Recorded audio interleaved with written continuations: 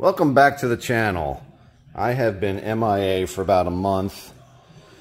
Have not been able to get in the garage to do anything further on the CJ. Up here, obviously, as well as around the rest of the country in the Northeast, it's been beautiful weather. So the last 4 weeks I've been working on a monstrosity of a deck that we redid and expanded on the back of our house. That is finally now complete. So now I can finally get back in the garage here again. So today I'm going to be installing the drive shafts into the CJ5. Now I've had these for about 4 weeks. I ended up going with Tom Woods just because when I was talking to people on the CJ restoration pages and such, it seemed like everybody overwhelmingly recommended Tom Woods. Now, I've always used Adams. I believe they're both, I don't think you can go wrong with either one.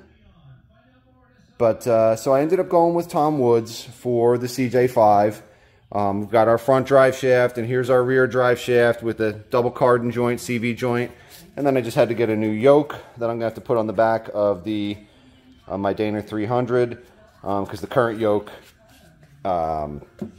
is not set up for a CV joint. So we are going to go ahead and get started with that.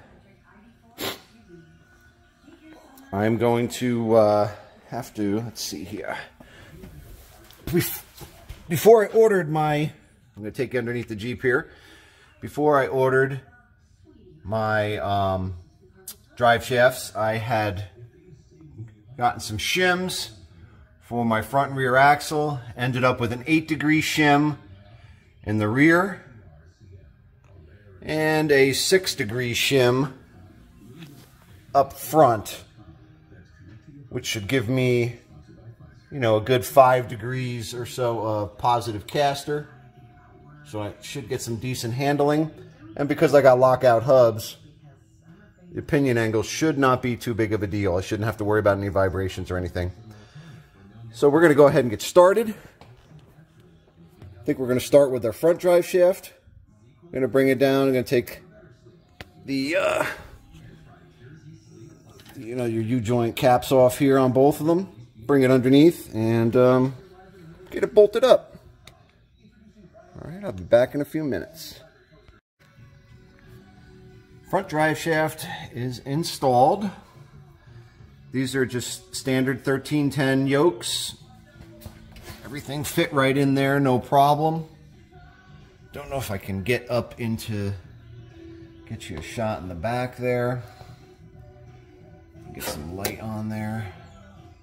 All right, everything bolted in. Everything's snugged up.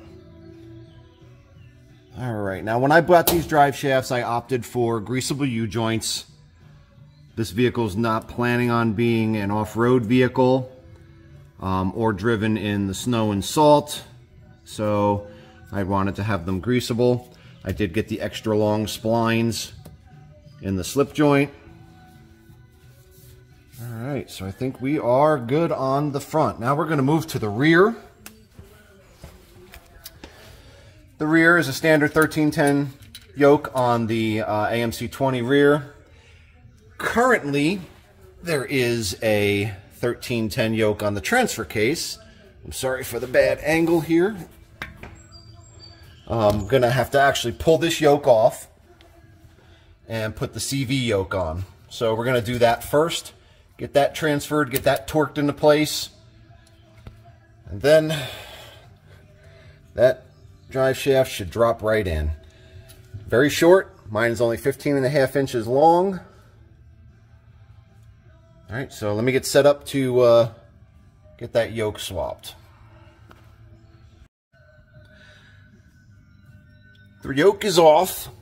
I had to use a puller to pull it off. As you can see, there's the seal there, and this debris you see amongst the threads is anaerobic gel that I put on the threads when I rebuilt this transfer case. So I'm going to clean that out with a pick. Just scrape some of that old stuff out. And, oops, just knocked over my impact gun. And here is the new CV yoke. And what I'm going to have to do on this is I'll put some anaerobic gel in on the threads on this as well. And then I'll put some grease on the outer surface here. That's going to go up against the seal. And then we'll set it in there, put the nut on, and torque it down. I believe it gets torqued to about 160 foot-pounds. And then we should be good to go. So I'm going to go clean that up. Then I'll come back when I have this in place and torque down. So I have the yoke all ready to go on. Have some anaerobic sealant in on the splines. Have some grease on the outer surface of the yoke there so that when we push it in, it will slide nicely onto through the seal. And we'll give it a little twist as we're sliding that in. There we go.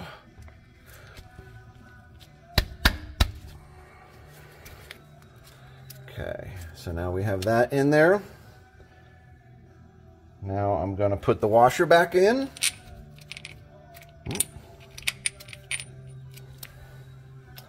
And then I have the nut with some little red Loctite in there.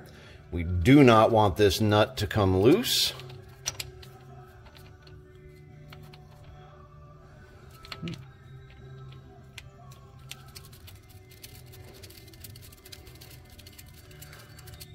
And one of the main differences with this yoke compared to the one I took off is this just has holes for bolts to come through from the backside to thread into the CV joint on the drive shaft, as opposed to the other one having threaded holes so that the universal joint straps can bolt in.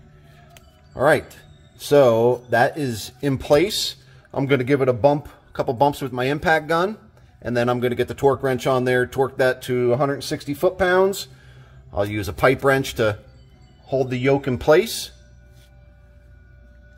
And we'll go ahead and make sure that that's fully secure, and then we can go ahead and install the drive shaft.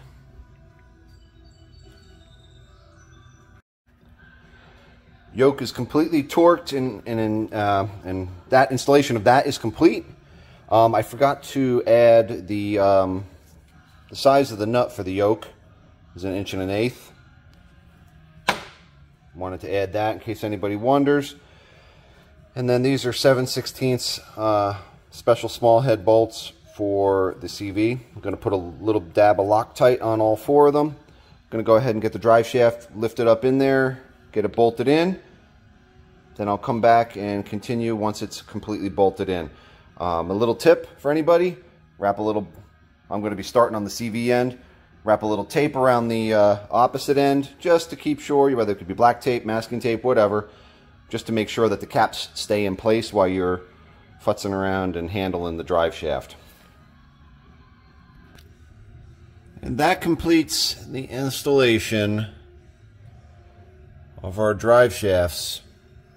Adjust this light for front and rear on our CJ5. We've got the CV yoke in. Bolts are all nice and snugged up.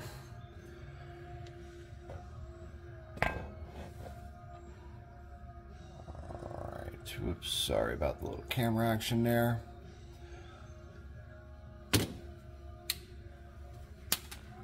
Alright, so